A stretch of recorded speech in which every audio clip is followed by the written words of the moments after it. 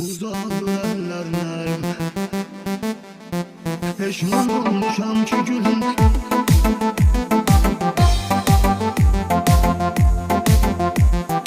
Eşk yazdım qəlbimə sən, odur gözümün önünə gəl. Çıxıb gedəndən bəri sən ömrümü məhv eyləmişəm mən. Ömrümü məhv eyləmişəm. Uzaqdır əllərim, hər gün əziyyət vəzirim. Peşman olmuşam ki gülüm, görüşlərinə gəlməmişəm mən. Görüşlərinə gəlməmişəm.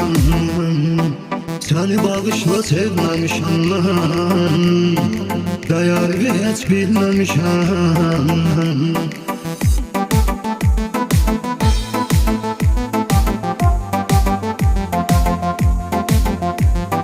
Üzvə yalandan güldüm, səhv edəcəyimi bildim. Səni həyatımdan sildim, ürəyimdən silməmişəm mən. Ürəyimdən silməmişəm.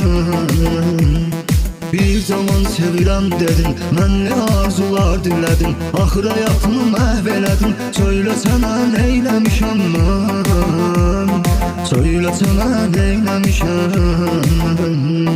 Səni bağışla sevməmişəm mən, dəyərini heç bilməmişəm.